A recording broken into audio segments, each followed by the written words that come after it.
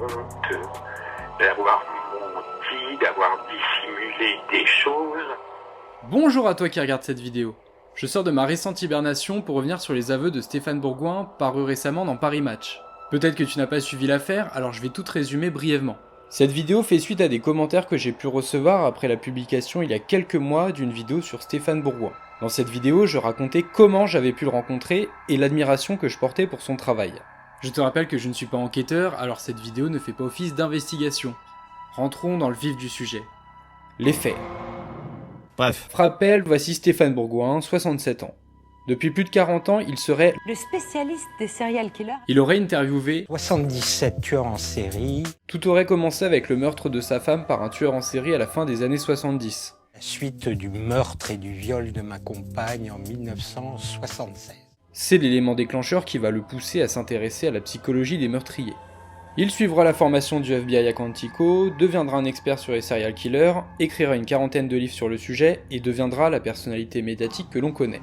Oui, mais en janvier dernier, une chaîne YouTube appelée 4ème œil Corporation voit le jour sur la toile.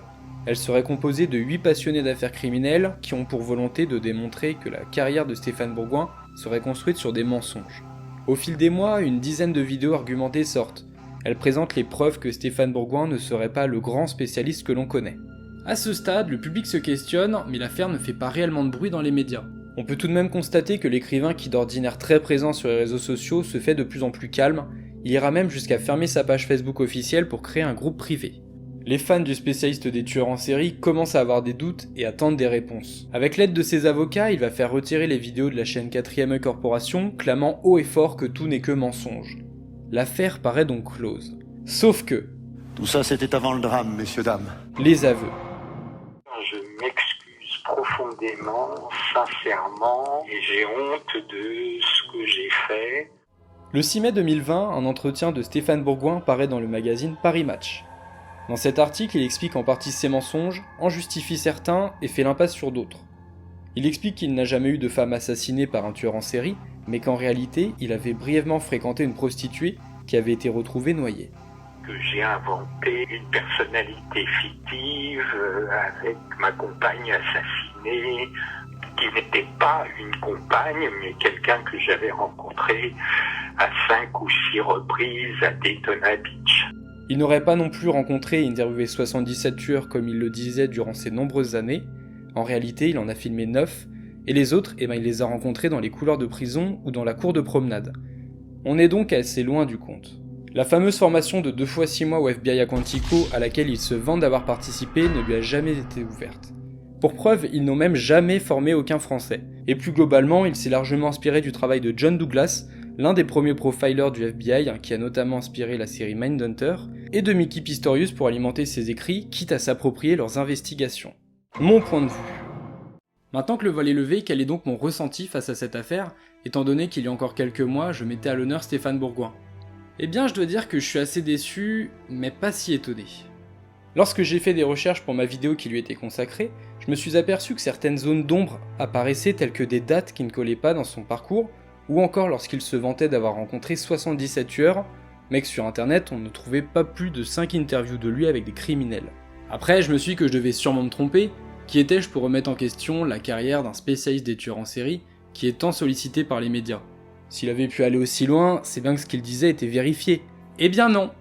Ce qui m'étonne actuellement, c'est de voir le nombre de fans qui acceptent les mensonges de Stéphane Bourgoin en disant explicitement « C'est rien Stéphane, un petit mensonge n'a jamais tué personne ». Et ça me choque. Parce qu'il n'y a peut-être pas eu mort d'homme, mais je pense aux familles de victimes qui se sont confiées à Stéphane Bourgoin, lui ont fait confiance et qui se sentent trahis. Cet homme a bâti un business fondé sur un enchaînement de mensonges. Alors oui, ça n'enlève en rien au travail colossal de recherche sur les tueurs qu'il a effectué pour pouvoir écrire ses livres, mais à part ça, qu'a-t-il réellement fait? En tant qu'admirateur de longue date, je trouve qu'il a fait preuve d'un grand irrespect en ayant menti toutes ces années.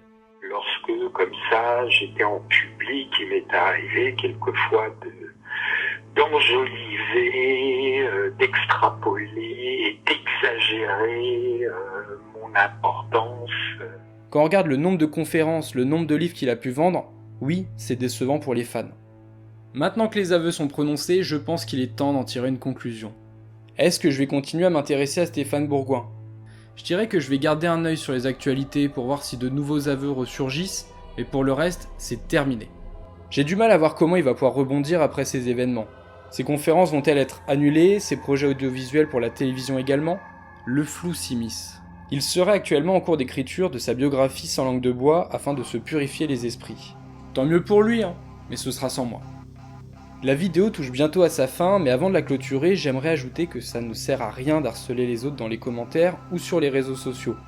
Je parle aussi pour Stéphane Bourgoin qui, malgré ses aveux, reste un homme qui ne mérite pas de subir le harcèlement dont il est victime au quotidien. Je pense que ses démons intérieurs s'en chargent déjà pour lui en ce moment.